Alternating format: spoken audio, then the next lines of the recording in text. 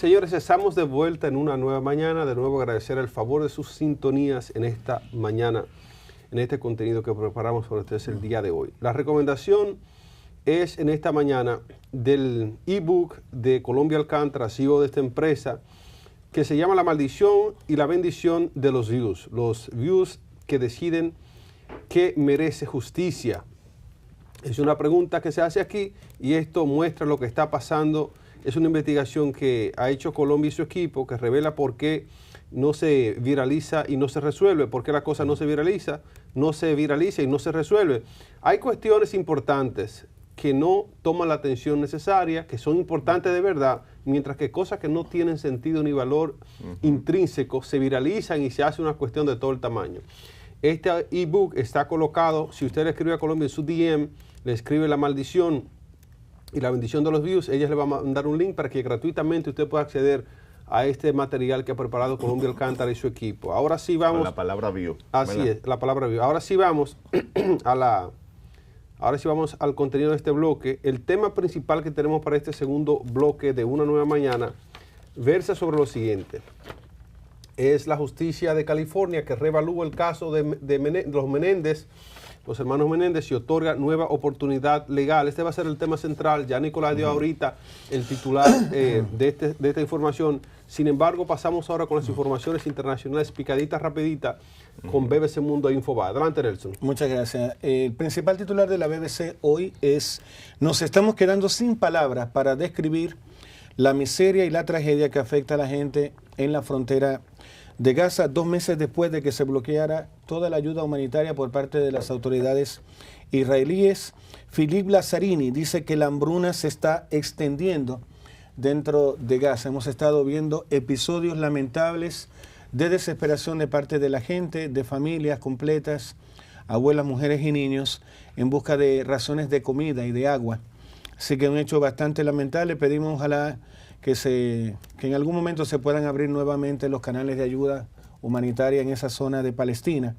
5 momentos en la vida de José Pepe Mujica, otro titular de la BBC, relatados por él mismo a este diario, y un pedido especial que hizo para su muerte. 10 frases de José Pepe Mujica que explican por qué derribó fronteras físicas, ideológicas, culturales y generacionales en Uruguay. Como ya saben, Iván lo comentaba al comienzo del programa, muere José Mujica, el audaz político uruguayo que asombró al mundo como el presidente más pobre. Desde su chacra en las afueras de Montevideo, gobernó con mucha dignidad y humildad.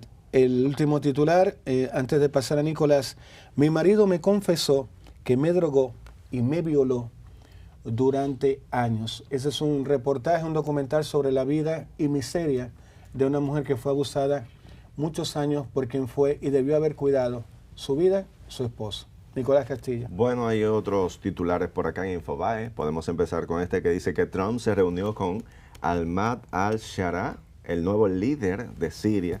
Y dice, le pidió se sume los acuerdos de Abraham con Israel. Y se fue la primera reunión entre un presidente estadounidense y un jefe de Estado sirio en 25 años. Dice que este príncipe saudita, ¿verdad?, Mohammed bin Salman, ofició de anfitrión en Ría. Así es que... Sí, pero ese es el mandatario de Arabia Saudita, el que acabas de decir ahora. Sí, exacto. Pero él también se reunió... en Siria. Exacto, con el nuevo líder de Siria, que es Ahmad al-Shara, que ese es otro. Trump, ¿verdad?, está haciendo una ruta por Medio Oriente y bueno, ahí vemos que logró también un acuerdo importante con el príncipe que ya mencioné, que le ofrecieron más de 600 millones de dólares de inversión. Locura. Exacto, en Estados Unidos. Algo que se puede decir que es un hito y este príncipe lo recibió directamente a Trump cuando en un momento Joe Biden fue y él no lo recibió. O sea, a la salida del avión fue a buscar a Trump. Sí. Dice otro titular que está por acá en Infobae, dice, los secretos del cónclave que eligió al Papa León XIV, sus 2 competidores principales y la reacción tras el triunfo. Ese es otro titular. Ahí se sigue hablando, ¿verdad?, del tema del Papa. Y en torno al Papa hay otro titular también que dice, el Papa León XIV ofreció su mediación entre líderes mundiales para poner fin a las guerras. El pueblo quiere la paz. Esto es muy importante, esta declaración del Papa, ¿verdad? Y ojalá, porque esto es prácticamente algo parecido a lo que está haciendo Donald Trump, que está lidiando. El Papa puede hacer mucho. Recuerda todo lo que hizo Juan Pablo II para que cayera el muro de Berlín. Sí. Él puede hacer mucho. Entonces, esto es muy importante. Dice otro titular, el legado político de José Mujica, un presidente promovido por él y un sector con un poder sin precedentes. Ese es otro titular que está por ahí. José Pepe Mujica, ¿verdad? Mucha gente que ama, o amó, mejor dicho, a este presidente, pero también tuvo muchos detractores y gente que no comulgaba con él, sobre todo la gran mayoría de venezolanos. Pero murió siendo un referente moral. Sí. Para que tú lo sepas, es como el político perfecto. Sí, es decir, fue realmente a servir a su pueblo y no a servirse a sí mismo. Sí. Donaba la mayor parte de su sueldo, Pepe Mujica. Sí, por lo menos eso es lo que pudimos ver todos, ¿verdad? Lo que estuvo a la vista de todos. A veces uno ve una cosa y detrás muchas veces otra, pero eso es lo que hemos podido ver y entendemos que sí. Él vivía en una casita modestamente, tenía un cepillito. Así es. O sea, era una persona muy modesta y él decía que era rico no porque tenía mucho, sino porque necesitaba muy poco. Y esa es la verdadera riqueza, según él estableció muchas veces en todas las frases que dijo, que era una persona muy brillante, de verdad que sí. Dice otro titular, ya para cerrar esta parte de Infobae, ¿verdad? Dice, Zelensky aseguró que Putin se enfrentará a una derrota total si rechaza el encuentro en Turquía. Dice él, tiene miedo a negociar. Esto porque ellos se van a reunir en Turquía, ¿verdad? Ya en los próximos días. Entonces, ahí está estableciendo esto Zelensky. Dice, si él no llega a Turquía, pues va a estar feo. No sé con qué es que está contando Zelensky. Aunque, ¿verdad? Ya con este acuerdo que tiene Donald Trump con Zelensky, pues la cosa cambia también para Ucrania. Ya Trump tiene intereses puntuales en Ucrania. Tal vez Zelensky está contratando a Barbecue para que vaya para allá a resolver. Señores, miren, ya pasando al tema central que nos compete el día de hoy, es sobre la justicia de California, que está reevaluando el caso de los Menéndez y otorga nueva oportunidad legal. Tú leíste un titular ahorita que decía que ya se lo aprobaron. Así dice el artículo. Pero bueno, mire, después de 7 meses de audiencias legales, el juez Michael Jessic del Tribunal Superior de Los Ángeles decidió modificar la sentencia de Lyle y Eric Menéndez, los hermanos Menéndez, condenados por asesinar a sus padres en 1989. En lugar de cadena perpetua sin posibilidad de libertad condicional, el magistrado impuso una nueva pena de 50 años a cadena perpetua, lo que le abre la oportunidad de solicitar libertad condicional tras cumplir 35 años de prisión. Los hermanos fueron hallados culpables de matar a tiros a sus padres, José y Mary Louise Kitty Menéndez, en su mansión de Beverly Hills, en el caso que acaparó la atención nacional en los años 90. Alegaron que durante el juicio sufrían abuso físico y sexual por parte de su padre, lo cual fue considerado como no aceptado como justificación suficiente para el crimen en su momento. Con esta nueva sentencia, el tribunal tomó en cuenta una ley de California que permite reevaluar condenas de personas que cometieron crímenes graves antes de los 26 años. Durante la audiencia, ambos expresaron remordimiento por sus acciones. Testigos destacaron su rehabilitación en prisión, incluyendo logros académicos y labores de mentoría. A pesar de la oposición de la Fiscalía, que cuestionó la sinceridad del arrepentimiento, el juez consideró que había fundamentos suficientes para permitir una revisión de su condena. La decisión final sobre la posible liberación de esto dependerá de la Junta de Libertad Condicional y el gobernador Gavin Newsom. Aquí algunos puntos a resaltar. Estas personas fueron condenadas en 1989 por asesinato. Saquen cuenta, lo que llevan cuenta, casi 40 años. Su sentencia fue modificada de cadena perpetua a 50 años, permitiendo libertad condicional tras 35 años. O sea que eso ya está aquí. La decisión se basa en su rehabilitación en prisión y una nueva ley que reevalúa casos cometidos por jóvenes menores de 26 años de edad. Estas personas que cometieron esos crímenes, hay que ver qué tan bueno va a ser traerlos de nuevo a la sociedad norteamericana. Hay unos atenuantes aquí importantes. Sí. Primero, que si fueron abusados, como ellos lo confirman, eso es una cosa. Ahora, la forma, aquí volvemos a hablar de la forma y el fondo. El fondo fue que cometieron ese crimen. La forma que tiene que ver con el fondo es que fue a sus padres. Y la forma es de la manera fría y calculada que lo hicieron.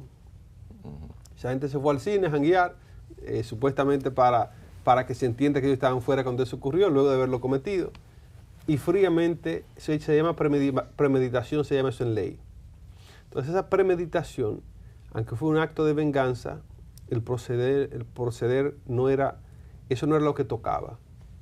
Lo que tocaba era ir a la justicia, someterlos, denunciarlos y hacer cualquier tipo de espectáculo público, sonoro, escándalos, para que se descubra y se entienda si ese hombre fuese a prisión o sea juzgado. Ahora, requerirle eso a jóvenes que eran menores de 26 años, como dice la ley, eran jóvenes, muy jovencitos, sí.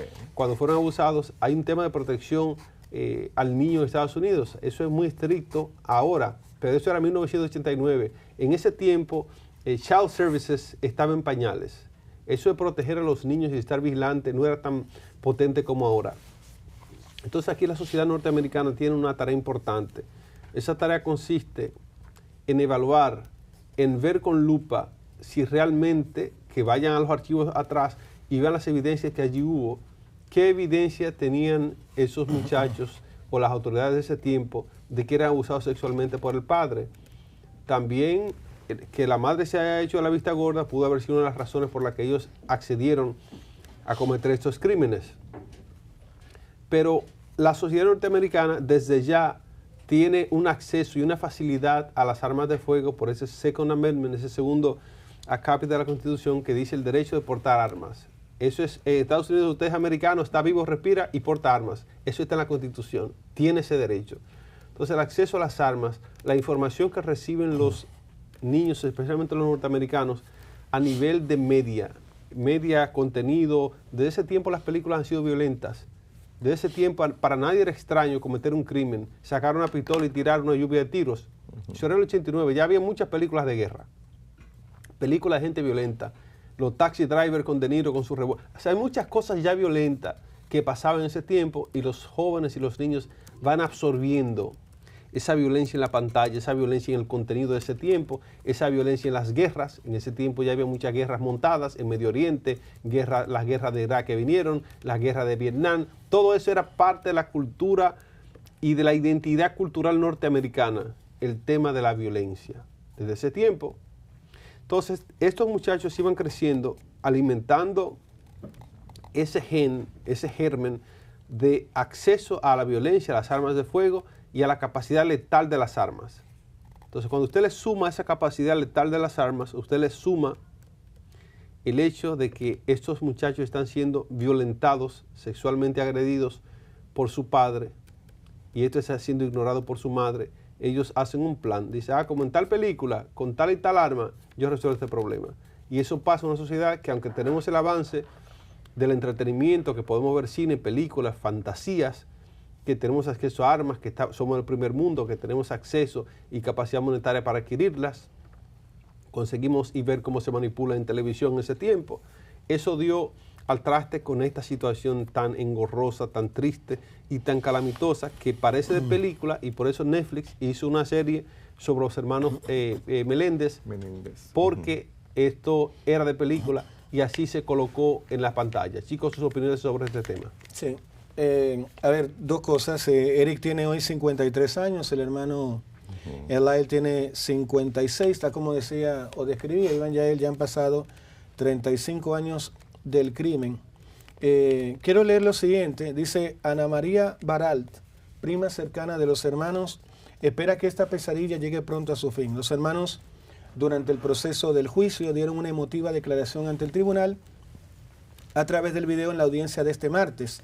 El tribunal escuchó a los parientes detallar cómo este caso afectó a la familia y solicitaba al juez que permitiera la liberación total de los hermanos. Ana María Baral, prima de los hermanos y quien ha sido muy cercana a ellos desde niños, le dijo al juez que merecen una segunda oportunidad. Ha sido una pesadilla, dijo, estoy desesperada porque este proceso termine. En ocasiones, Eric y Lyle se mostraron conmovidos mientras la familia relataba cómo sus crímenes los había afectado. Ambos se secaban los ojos en ocasiones, mientras que Eric se cubría la boca o se ponía las manos en la cabeza en otras. Baral habla con Eric y Lyle con frecuencia, declaró ante el tribunal y testificó que han asumido la responsabilidad de sus actos. También señalaron que admitieron haber intentado manipular su juicio anterior y que Lyle le confesó que le había pedido a un testigo que mintiera al declarar. Son hombres muy diferentes de los niños que eran. Ahora voy a mi comentario. Fíjense que los sociópatas y la psicopatía son términos que a menudo se usan indistintamente, pero tienen diferencias importantes en la psiquiatría. El miedo que yo tengo con la libertad de estas dos personas es lo siguiente. Fíjense que la sociopatía, que es también conocida como un trastorno de personalidad antisocial, se caracteriza por tener un comportamiento antisocial que incluye la falta de empatía, el remordimiento y el desprecio por las normas sociales. La psicopatía, por otro lado, describe un conjunto de rasgos de personalidad que incluyen la manipulabilidad, la falta de empatía, impulsividad, falta de remordimiento y se considera una condición más severa, y además las personas tienen un poder enorme de manipular y de mentir. ¿Ok? Recordemos que Pablo Escobar, que amaba profundamente a su esposa, no solamente le pegaba muchísimo cuerno, sino que también era capaz de mentirle a su madre. Y mentía sistemáticamente a sus socios. Y para él el mundo estaba perfecto mientras destruía todo a su alrededor. La sociopatía se considera más influenciada por afectos o factores ambientales como el abuso infantil o la crianza negligente, mientras que la psicopatía se cree que tiene una base genética más fuerte. Si tiene una base genética, el caso de estos jóvenes, podemos confiar en que estén sentados en un parque y no le vayan a hacer nada absolutamente a nadie más. Ese trauma está ahí adormecido, puede salir en cualquier momento. Y hay otro tema bastante preocupante también. Los sociópatas tienden a ser más impulsivos en sus acciones una vez terminado el proceso de manipulación. En mi caso particular, en mi opinión personal, yo lo dejaría en la cárcel. Nicolás Castillo. Bueno, yo no en torno a eso último que dijiste, Nelson, no estoy tan seguro de eso. Porque hay que ver también el contexto de cómo sucedieron las cosas, qué es lo que están viendo en estos momentos, ¿verdad? Las autoridades para tomar una decisión. Ya, o sea, estos muchachos, señores ya, están a punto de ser liberados prácticamente, porque ellos están viendo no solamente el hecho como tal, sino también las motivaciones que tuvieron estos jóvenes para proceder y actuar como actuaron, que a todas luces fue un crimen horrendo, y el hecho de la persona, sobre todo con quien ellos, contra quien ellos cometieron el crimen. Estamos hablando de sus padres. Ahora, estamos hablando de un padre abusivo, ¿eh? No estamos hablando de un angelito, no estamos hablando, aquí existe la posibilidad de inclusive de que en vez del crimen que cometieron estos muchachos, estuviéramos hablando hoy en día del crimen que cometió el papá. Entonces, existe esa posibilidad. Entonces hay que entender la situación bien. Así es. Viendo el panorama completo de lo que sucedió, uno cuando lo analiza fríamente, y uno Nicolás, dice, ¿tú viste la película Monster? ¿Viste la película Monster? Así es. Fueron dos balazos a su mamá. No lo entreviste ahora, que aquí ahora pasa. Sí, no lo entreviste. Indudablemente, por eso dije el crimen. Sí. Estamos hablando de un crimen Así atroz. es, así pero hay que entender también el contexto y ver la situación en la que estaban ellos. No se puede justificar nunca una muerte. Jamás en la vida. Y entiendo que como ya han pasado tantos años, por eso te digo, no estoy tan seguro. Con esto, señores, vamos a una brevísima pausa, Nicolás, y regresamos con más de La Nueva Mañana. Ya volvemos.